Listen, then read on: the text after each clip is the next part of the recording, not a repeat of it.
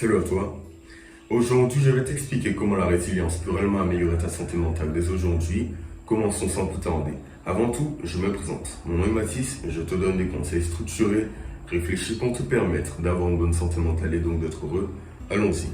Avant tout, laisse-moi t'expliquer qu'est-ce que la résilience, la force mentale. Selon moi, c'est la capacité d'un individu de persévérer.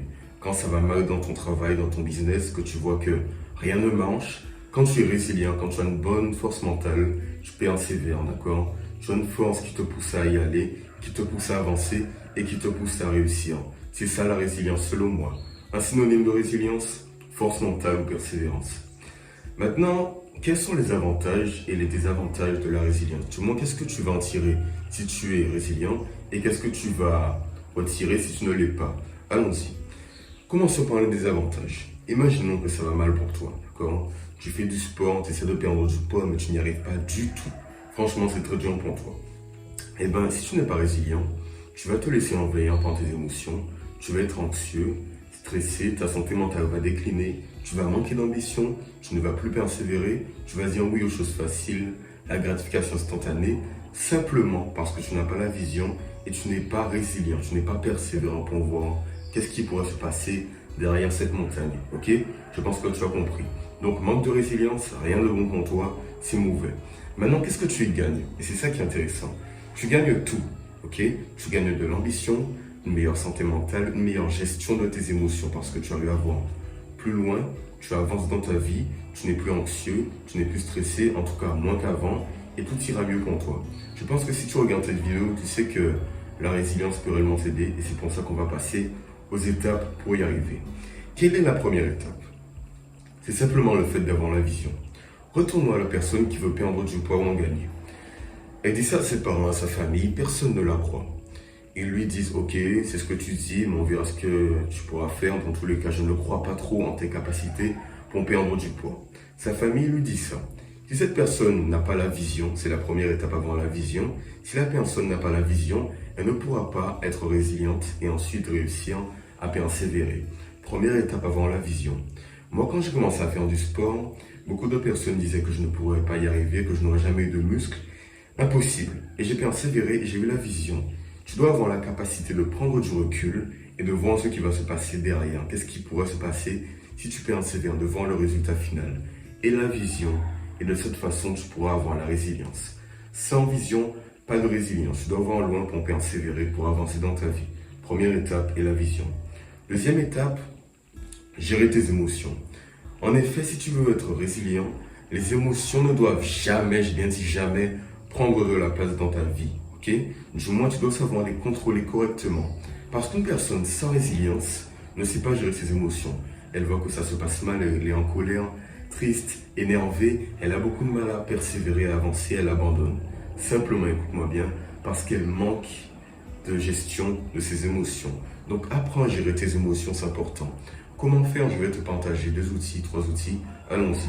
Premier outil, la méditation. Pourquoi? Meilleure maîtrise de soi, meilleure concentration parce que tu inspires, tu expires. Ça demande beaucoup d'efforts pour se concentrer sur cette respiration.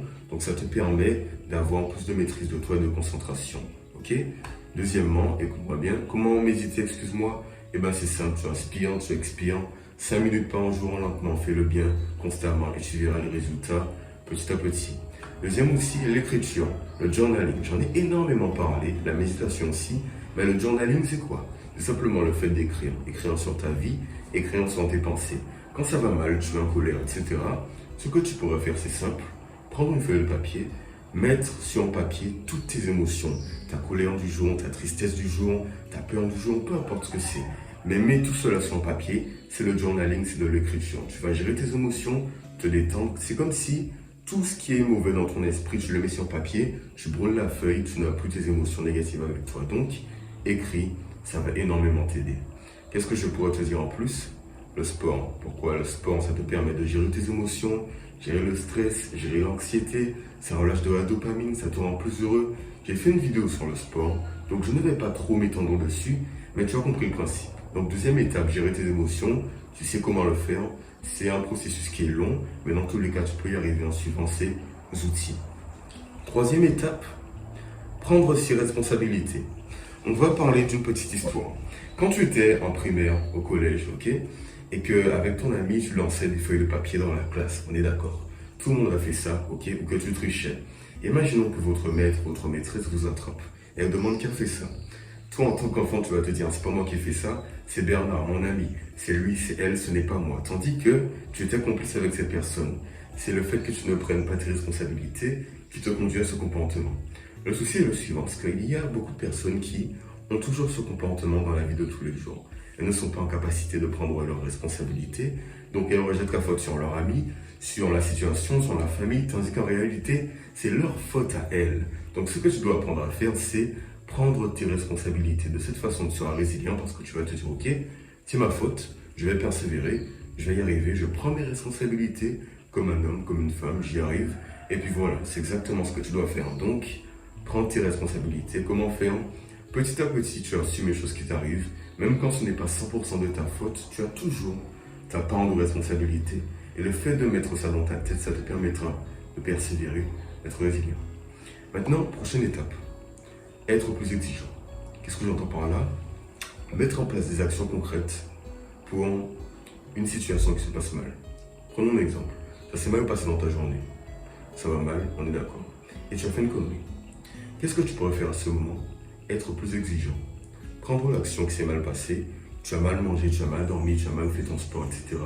Et te dire, ok, maintenant je mets en place une action pour contrer cela. Je serai plus exigeant dans le futur et je vais agir maintenant.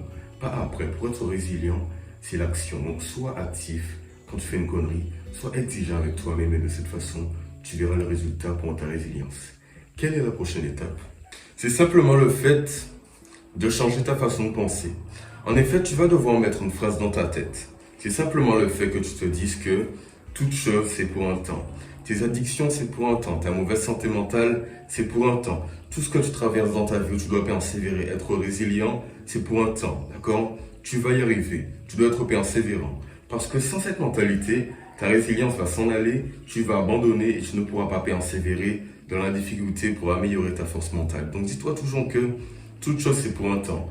En ce moment, c'est dur, on le sait tous, d'accord? En ce moment, tu as du mal à y arriver, mais ça va aller, d'accord? Je te donne cette phrase simplement pour te motiver. À chaque fois que ça va mal, à chaque fois que tu as du mal à persévérer, être résilient, dis-toi simplement, toute chose, c'est pour un temps et tu vas y arriver. Ton addiction, tu vas l'abattre. Tes difficultés, tu vas les abattre. Dans tous les cas, pour améliorer ta force mentale, tu as les étapes, tu as cette phrase, tu pourras y arriver.